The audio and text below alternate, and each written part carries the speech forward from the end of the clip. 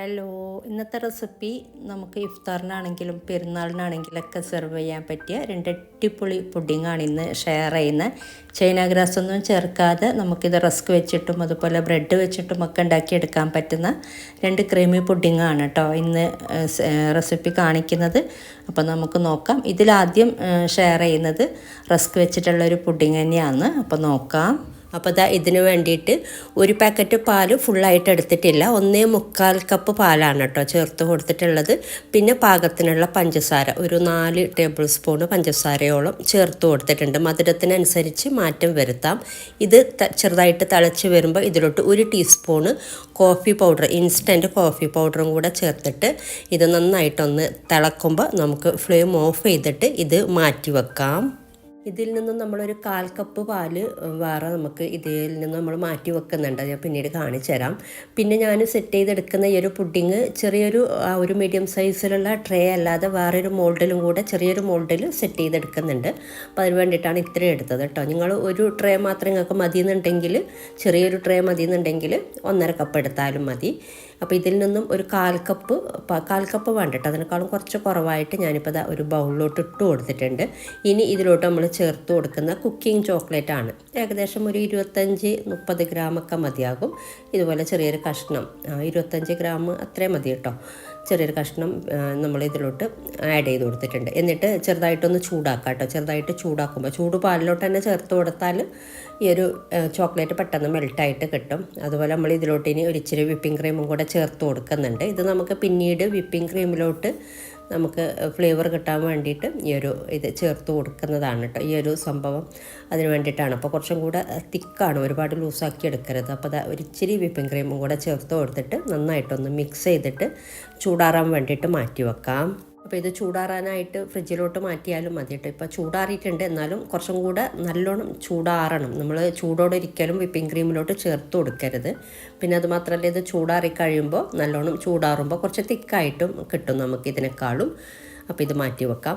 ഇനി വേണ്ടത് വിപ്പിംഗ് ക്രീമാണ്. ഞാനിപ്പോൾ ഏകദേശം 2 കപ്പോളം എനിക്ക് വിപ്പിംഗ് ക്രീം വേണ്ടി വന്നിട്ടുണ്ട് കേട്ടോ. ഞാൻ ഈ ഒരു നേരത്തെ പറഞ്ഞ 2 ട്രേ എടുക്കുമ്പോൾ അപ്പോൾ ഈ ഒരു ബ്രാൻഡാണ് എടുത്തിട്ടുള്ളത്.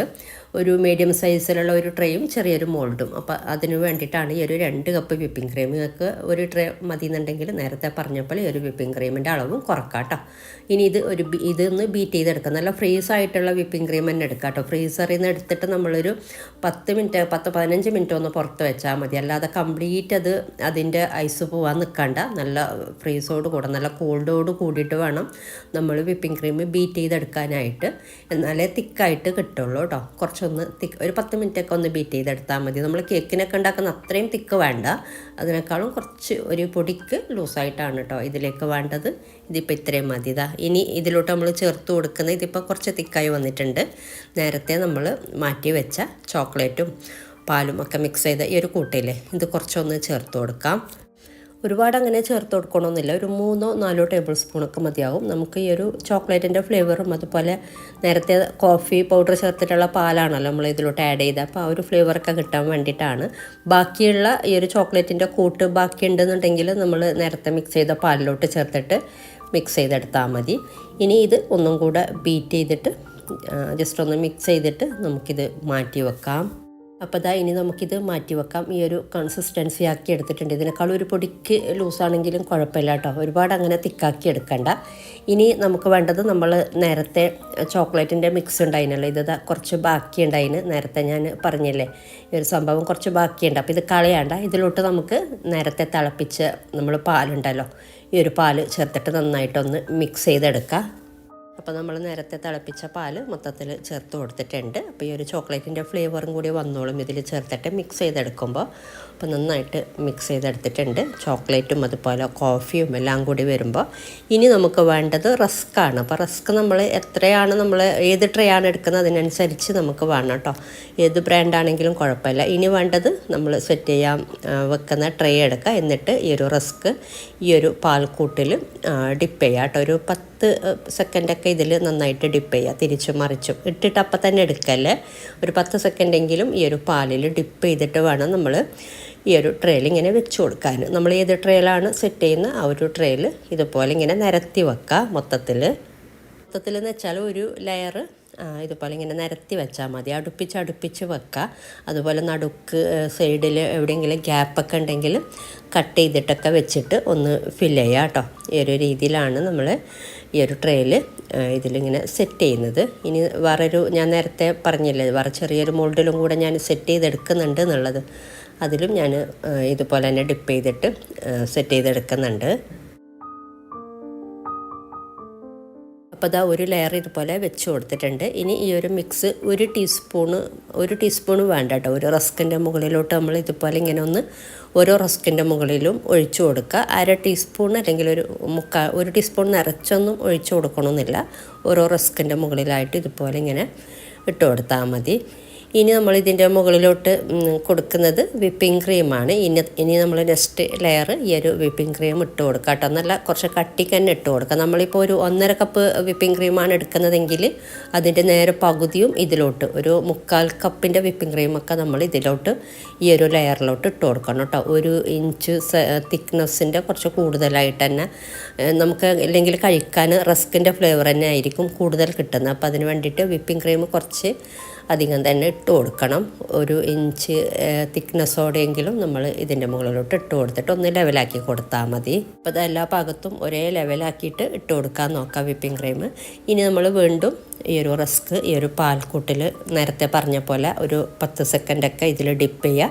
എന്നിട്ട് നമ്മൾ വിപ്പിംഗ് ക്രീമിൻ്റെ മുകളിലോട്ട് ഇത് വീണ്ടും ഒരു ലെയർ ഈ ഒരു റസ്കിൻ്റെ ഈ ഒരു ലെയർ വെച്ച് കൊടുക്കുന്നുണ്ട്. നേരത്തെ ചെയ്ത പോലെ അടുപ്പിച്ച് ഇതുപോലെ ഇങ്ങനെ വെച്ച് കൊടുക്കുക കേട്ടോ.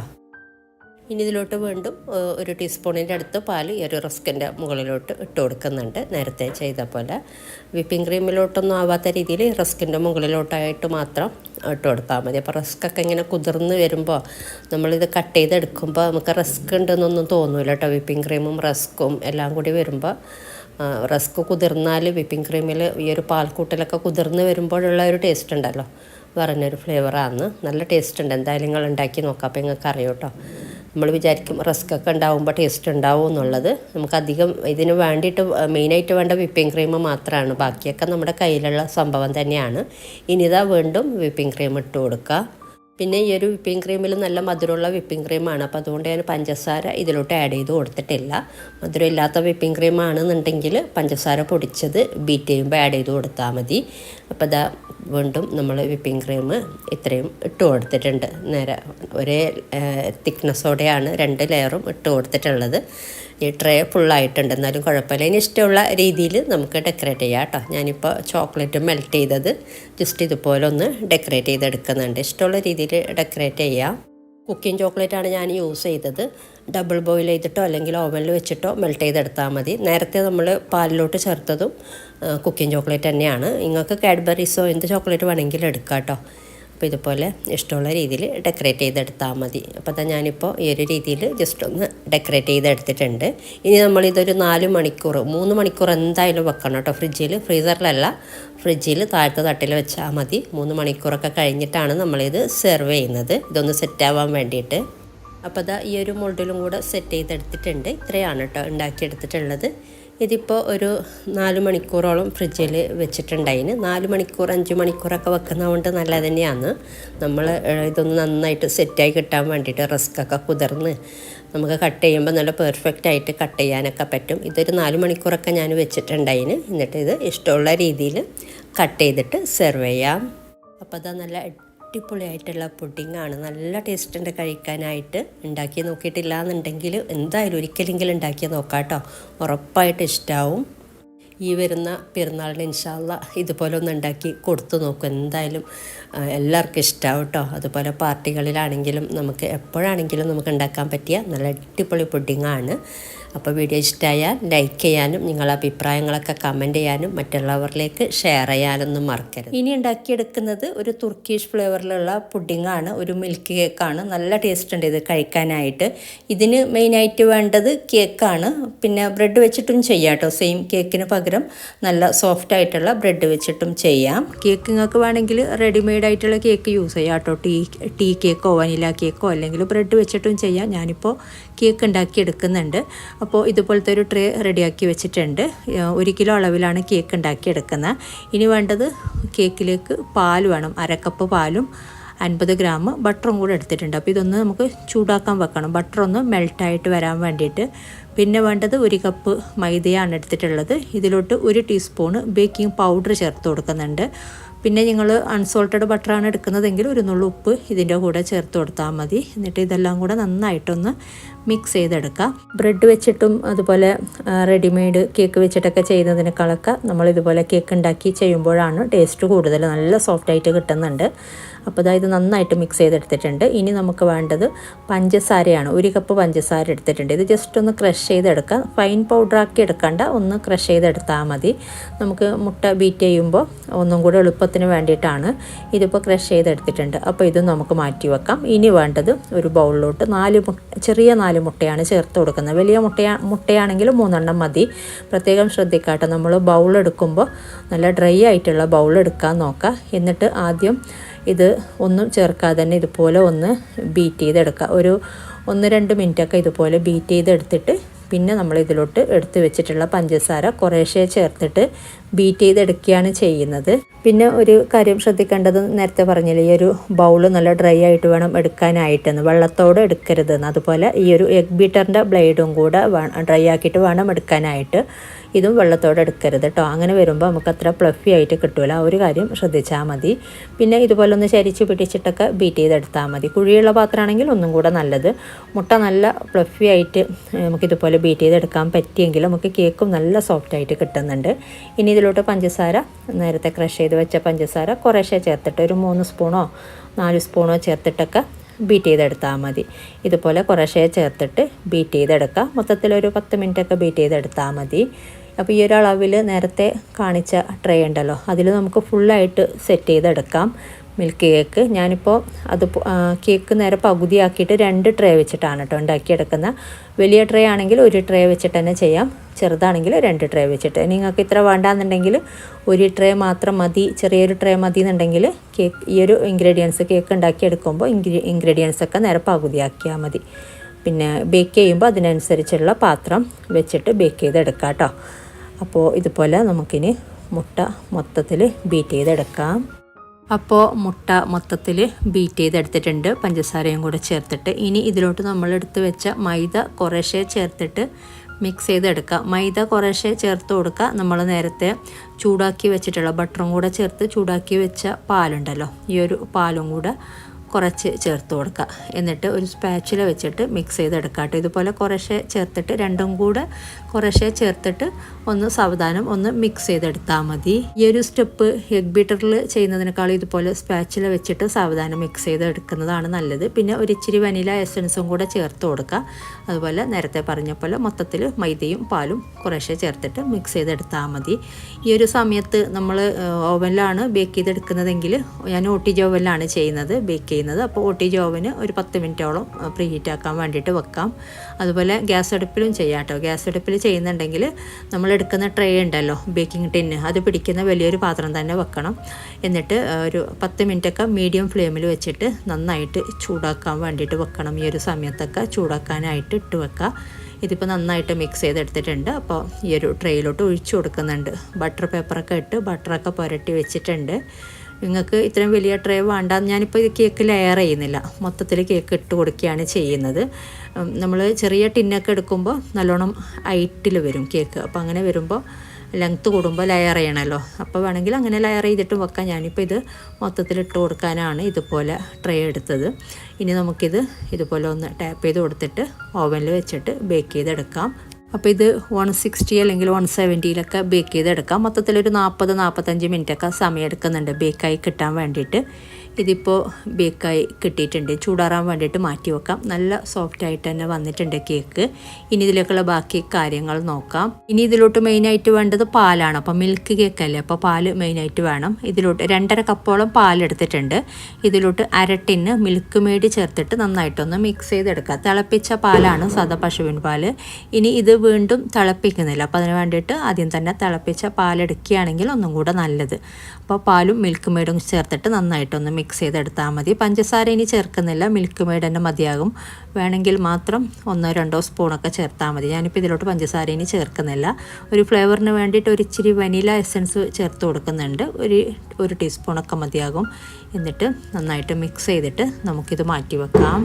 ഇനി നമുക്ക് പഞ്ചസാര കാരമൽ ചെയ്തെടുക്കണം. അപ്പോൾ അതിന് വേണ്ടിയിട്ട് 3/4 കപ്പ് പഞ്ചസാരയാണ് കേട്ടോ ഞാനിപ്പോൾ ചേർത്ത് കൊടുത്തിട്ടുള്ളത്.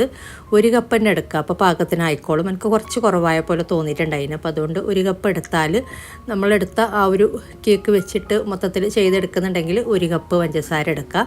ഇനിയിപ്പോൾ നിങ്ങൾ പകുതി ഇൻഗ്രീഡിയൻസ് വെച്ചിട്ടാണ് ചെയ്തതെങ്കിൽ 1/2 കപ്പ് എടുത്താൽ മതി. അല്ലാന്നുണ്ടെങ്കിൽ 1 കപ്പ് തന്നെ എടുക്കുക കേട്ടോ. അപ്പോൾ ഇതുപോലെ ഒന്ന് പഞ്ചസാര അലിയിച്ചെടുക്കുക. ഈ ഒരു സമയത്തൊക്കെ ഫ്ലെയിം കൂട്ടി വെക്കുക. വെള്ളമൊന്നും ചേർക്കേണ്ട, വെള്ളം ചേർക്കാതെ ഇതുപോലെ ഇങ്ങനെ അലിഞ്ഞ് വന്നിട്ട് ഒരു ലൈറ്റ് ബ്രൗൺ കളറായി തുടങ്ങുമ്പോൾ ഫ്ലെയിം കുറച്ചാൽ മതി. അപ്പോൾ ഇതുപോലെ ആദ്യം കട്ട പിടിച്ച പോലെയൊക്കെ ഉണ്ടാവും. കുറച്ച് നേരം ചൂടാക്കുമ്പോൾ ഇതുപോലെ നന്നായിട്ട് മെൽട്ടായിട്ട് കിട്ടും. ഈ ഒരു സമയത്തൊക്കെ ഫ്ലെയിം കുറക്കാം കേട്ടോ. ഇനി പെട്ടെന്ന് ഇത് കളറ് പെട്ടെന്ന് മാറി കളറൊക്കെ ഡാർക്ക് കളറാവും, അപ്പോൾ കഴിക്കാൻ കൊള്ളൂല. ഈ ഒരു കാര്യം ശ്രദ്ധിക്കുക. ഈ ഒരു സമയത്ത് ഫ്ലെയിം കുറച്ചിട്ട് ഇനി ഇതിലോട്ട് നമ്മൾ ചേർത്ത് കൊടുക്കുന്ന ബട്ടർ ചേർത്ത് കൊടുക്കുന്നുണ്ട്. അപ്പോൾ ഇതിലോട്ട് ബട്ടർ ഒരുപാടൊന്നും വേണ്ട, ഒരു 2-3 സ്പൂണൊക്കെ മതിയാകും. 25 ഗ്രാമൊക്കെ ബട്ടർ മൊത്തത്തിൽ ചേർത്ത് കൊടുത്താൽ മതി. എന്നിട്ട് നന്നായിട്ടൊന്ന് മിക്സ് ചെയ്തെടുക്കുക. ഫ്ലെയിം കുറക്കാട്ടെ. ഈ ഒരു സമയത്തൊക്കെ നന്നായിട്ട് മിക്സ് ചെയ്തെടുത്തിട്ട് ഇനി ഇതിലോട്ട് നമ്മൾ അവസാനമായിട്ട് ചേർത്ത് കൊടുക്കുന്ന ഫ്രഷ് ക്രീമാണ്. അപ്പോൾ ആദ്യം 1 കപ്പ് ഫ്രഷ് ക്രീം ചേർത്തിട്ട് നന്നായിട്ടൊന്ന് ഫ്ലെയിം കുറച്ചിട്ട് മിക്സ് ചെയ്തെടുക്കുക. എന്നിട്ട് നമുക്ക് പിന്നീട് ചൂടാറിയതിന് ശേഷം പോരാന്നുണ്ടെങ്കിൽ ഫ്രഷ് ക്രീം ചേർത്തിട്ട് മിക്സ് ചെയ്തെടുക്കുക കേട്ടോ. കൺസിസ്റ്റൻസി നോക്കിയിട്ട് അനുസരിച്ച് വേണമെങ്കിൽ ചേർത്ത് കൊടുക്കാം ഒരിച്ചിരി. ഇപ്പം ഞാൻ 1 കപ്പാണ് ചേർത്ത് കൊടുത്തിട്ട് നന്നായിട്ടൊന്ന് മിക്സ് ചെയ്തിട്ട് നമുക്കിനി ഫ്ലെയിം ഓഫ് ചെയ്യാം. അപ്പോൾ ഇത് നന്നായിട്ട് മിക്സായി കിട്ടിയിട്ടുണ്ട്. അപ്പോൾ ഇത്രയും മതി. അപ്പോൾ കണ്ടില്ലേ, നല്ല പാകത്തിനായിട്ടുണ്ട്. ഇത് ചൂടാറി കഴിയണം. ചൂടാറി കഴിയുമ്പോൾ ഇതിനേക്കാളും തിക്കാകും. ചൂടാറി കഴിയുമ്പോൾ തിക്കായി വരുന്നുണ്ട്. അപ്പോൾ അതിന് വേണ്ടിയിട്ടാണ് ഈ ഒരു സമയത്ത് തന്നെ ഒരുപാട് ചേർക്കാതെ. പിന്നീട് നമുക്ക് നോക്കിയിട്ട് വേണമെങ്കിൽ ഒരു 1/4 കപ്പൊക്കെ ചേർത്ത് കൊടുത്താൽ മതി. അപ്പോൾ ഇനി നമുക്കിത് ഫ്ലെയിം ഓഫ് ചെയ്തിട്ട് മാറ്റി വെക്കാം. ഇനി വേണ്ടത് വിപ്പിംഗ് ക്രീമാണ്. അപ്പോൾ വിപ്പിംഗ് ക്രീം ഏകദേശം 2 കപ്പോളം വിപ്പിംഗ് ക്രീം വേണ്ടി വരുന്നുണ്ട് ഈ ഒരളവിൽ. അപ്പോൾ ഇതിലോട്ട് ഇനി പഞ്ചസാര ഒന്നും ചേർത്ത് കൊടുക്കുന്നില്ല. ഈ ഒരു ക്രീമിൽ തന്നെ മധുരമുണ്ട്, ചെറിയ മധുരമുണ്ട്. അപ്പോൾ ഈ ഒരു മധുരം തന്നെ മതി. എന്നിട്ട് ഇത് ഒന്ന് ബീറ്റ് ചെയ്തെടുത്താൽ മതി. അപ്പോൾ നല്ലോണം നമ്മളെപ്പോഴും ചെയ്യുന്ന പോലെ, കേക്കിനൊക്കെ ചെയ്യുന്ന പോലെ അത്രയും തിക്കാവണം എന്നില്ല.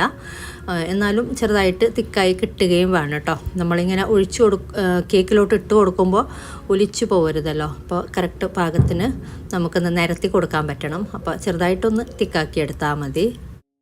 അപ്പോൾ ഇത് ബീറ്റ് ചെയ്തെടുത്തിട്ടുണ്ട്. അപ്പോൾ ഇത്രയും മതി. ഇനി നമുക്കിത് ഫ്രിഡ്ജിലോട്ട് മാറ്റാം.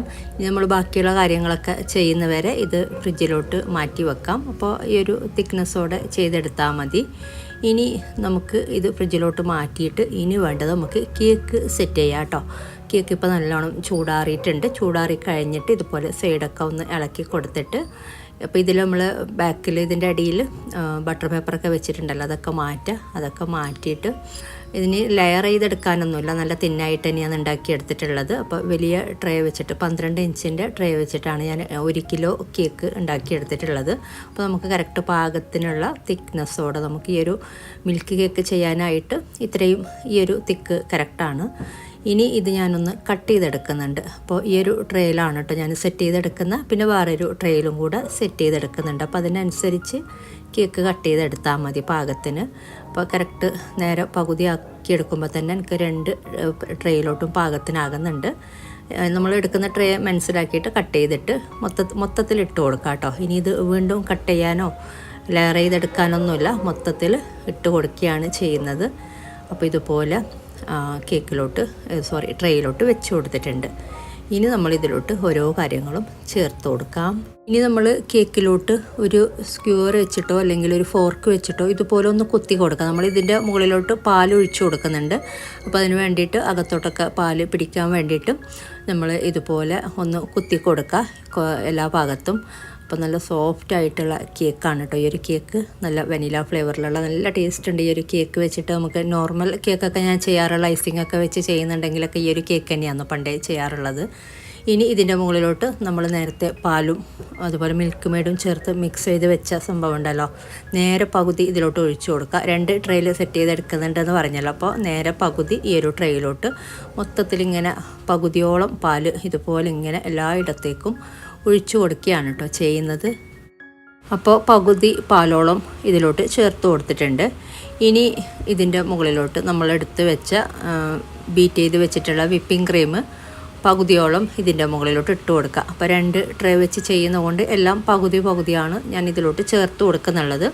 അപ്പോൾ ഇതുപോലെ എല്ലാ ഇടത്തും കവറാകുന്ന രീതിയിൽ, ഒരേ രീതിയിൽ ലെവലാകുന്ന രീതിയിൽ ക്രീം ഒന്ന് ഇട്ട് കൊടുത്താൽ മതി. ചെറിയൊരു തിക്കായിട്ട് ക്രീം ഒന്ന് ഇട്ട് കൊടുക്കുക. ആദ്യം ഇതുപോലെ ഇട്ട് കൊടുത്തിട്ട് ഒന്ന് ലെവലാക്കി കൊടുത്താൽ മതി.